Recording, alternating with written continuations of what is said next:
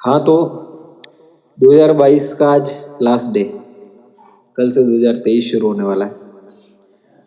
2022 में पर्सनली बहुत, कहते हैं जीवन में एक प्राइम टाइम आता है, यानी कि इतना वो समय जिस समय आपको सबने अकेला छोड़ दिया होता है, जब आप कई परेशानियों से गुजरते हैं लेकिन कोई आपका साथ नहीं देता है। उल्टा साथ देना तो अलग बात है, उल्टा आपको ब्लेम किया जाता है किसी चीज़ों के लिए।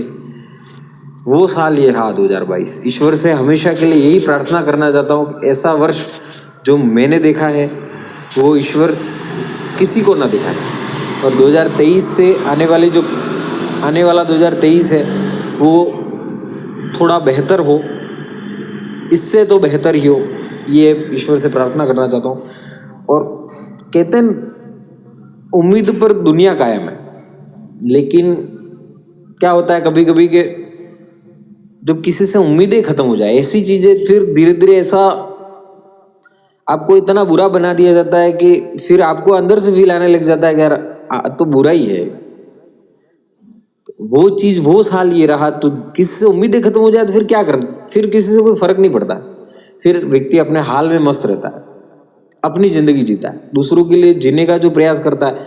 यानी कि एक पौधे का जो पत्ता होता है अगर वो पीला हो जाए तो वो भी उस आदमी को दुख हो, राह चलता है अगर कुत्ता भूखा है उस चीज की भी आपको टेंशन है, या दूसरों के बारे में आप इतना सोचते हो, किसी को अगर एक हिचकी भी आ जाए, खांसी भी आ जाए, उसके लिए आपको थोड़ा बहुत अंदर से फील हो जाए, फिर अगर आपको वही ऐसा फील करवा दिया जाता है कि यार तूने मेरे लिए क्या किया, या फिर तू है कौन, तेरा मेरे पे कोई अधिकार नहीं है, फिर यार ऐसी चीजें हो जाती है कि फिर उसके बाद क्या फर्क पड़ना बंद हो जाता है, फिर तुम तेरी मर्जी से जो करो, जो करना है वो करो।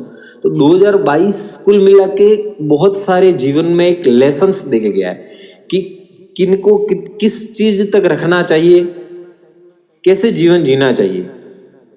अपन एक्सपेक्टेशन करते हैं, उम्मीदें करते हैं, कहते हैं उम्मीदों पर दुनिया कायम है, सही बात है, लेकिन किसी से अगर उम्मीद खत्म हो जाए तो फिर आप क्या कर सकते हैं उस समय में।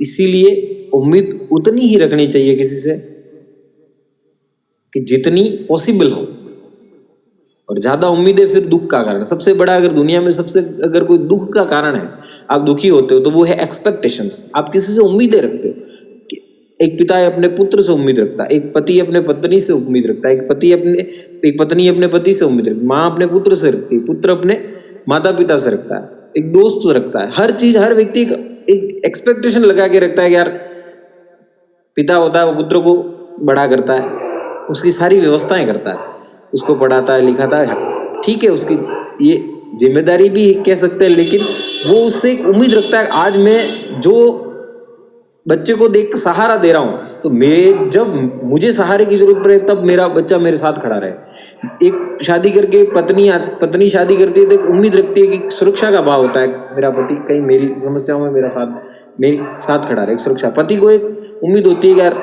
मेरी जितनी भी टेंशन होगी, मैं किसी भी प्रकार की मुसीबत में होऊंगा या मैं किसी प्रकार का होऊंगा तो मेरे साथ में कोई है, मेरा हमसफर है। मेरा एक भाई होता है, वो एक्सपेक्टेशन करता है, चाहे बड़ा हो छोटा हो, कि बड़ा भाई है तो मेरा एक सपोर्ट है, बैकबोन है, मुझे कुछ हो गया तो मेरे साथ खड़ा रहेगा। बड़ा भाई है, वो छोटे भाई से उम्मीद करता है कल को छोटा भाई है, संभाल लेगा, कोई दिक्कत नहीं है, मुझे कुछ हो जाएगा, मैं कहीं बाहर चला गया, छोटा भाई मेरा पूरा पीछे हैंडल करेगा। हर व्यक्ति एक दूसरे से उम्मीद रखता है, लेकिन जब वो उम्मीदें एक दूसरे से फिर नहीं मिल पाती तो फिर धीरे धीरे वो उम्मीदों का जो सिस्टम है वो खत्म होने लगता है। तो वो 2022 जो मैं कहना चाह रहा हूँ, मेरे जो भाव है वो कहना मैं ये चाह रहा हूँ, 2022 इतना बड़े लेसन देके गया जब इतनी समस्याएं थी, जब कोई साथ नहीं था। वो समय भी 2022 ने दिखाया। तो ईश्वर से यही प्रार्थना करते हैं कि ये समय वापस मुझे तो दिखाया जो दिखाया, किसी को मत दिखाना ये जीवन में, और सबको खुश रखना। और 2023 सबके लिए एक अच्छा समय रहे, ताकि वो भी जो उम्मीदें लगा के रखे, जिसको जॉब के लिए कोई उम्मीद लगा रखा है तो उसको जॉब मिले, कोई प्रेम की उम्मीद लगा रखा है उसको प्रेम मिले, किसी ने कोई सपने संजो रखे, कोई विदेश घूमना चाह रहा है उसको अपनी स्वतंत्रता मिले, कोई अपने परिवार के साथ समय बिताना चाहता है, उसको अपने परिवार का प्रेम मिले, सबका स्वास्थ्य ठीक रहे, इसी उम्मीद के साथ आपको प्रणाम करते हुए 2023 का स्वागत धूमधाम से करें। एक दूसरे से अच्छा व्यवहार रखें। कोई मुसीबत, मैंने पिछले अभी वीडियो में भी और कल के स्टेटस में मैं बताया था कि व्यक्ति जब अकेला हो जाता है तो वो बहुत सारी चीजें सोचता है। लोग कहते हैं ओवर थिंकिंग मत करो, पर ओवर थिंकिंग करने का मौका भी वही लोग देते हैं जो ये कहते हैं ओवर थिंकिंग मत करो। ओवर थिंकिंग भी जरूरी है, और जो ओवर थिंकिंग कर रहा है वो क्यों कर रहा है, उसके पीछे का कारण जानो। कोई गुस्सा करता है तो ऐसा नहीं, कोई उसको मजा नहीं आता कि गुस्सा करने का, तो वो गुस्सा कर रहा है, उस गुस्से के पीछे का कारण जानने की कोशिश करनी। कोई अवसाद में है, कोई परेशान है, तो उस परेशानी को समझना, उसके पीछे का कारण जानना चाहिए। क्या हुआ कहने वाले तो खूब मिलते हैं जीवन में, लेकिन वास्तविक अगर आपको उस क्या हुआ के पीछे की जानने वाला मिलेगा तो आपका वो अवसाद दूर होगा। खाली सिर्फ पूछ लिया क्या हुआ, तो क्या हुआ पूछने से कुछ नहीं होता। इस क्या हुआ के पीछे की बात को, गहराई को समझना पता है कि व्यक्ति क्यों, क्या कारण है। जो व्यक्ति एक पशुओं से इतना प्रेम कर रहा है, जो पेड़ पौधों से, जीव जंतुओं से इतना प्रेम कर रहा है, एक पौधा अगर मेरे बालकनी का एक पौधा अगर पीला हो जाता है, मुझे दुख हो जाता है यार, इसको क्या समस्या हो गई। तो ये चीज है, उस अगले व्यक्ति को समझने का प्रयास करना चाहिए। उस अवसाद के पीछे कारण क्या है, उस जानने का प्रयास करें। 2023 आपके लिए शुभ रहे, इसी मंगल कामनाओं के साथ प्रणाम करना चाहता हूँ।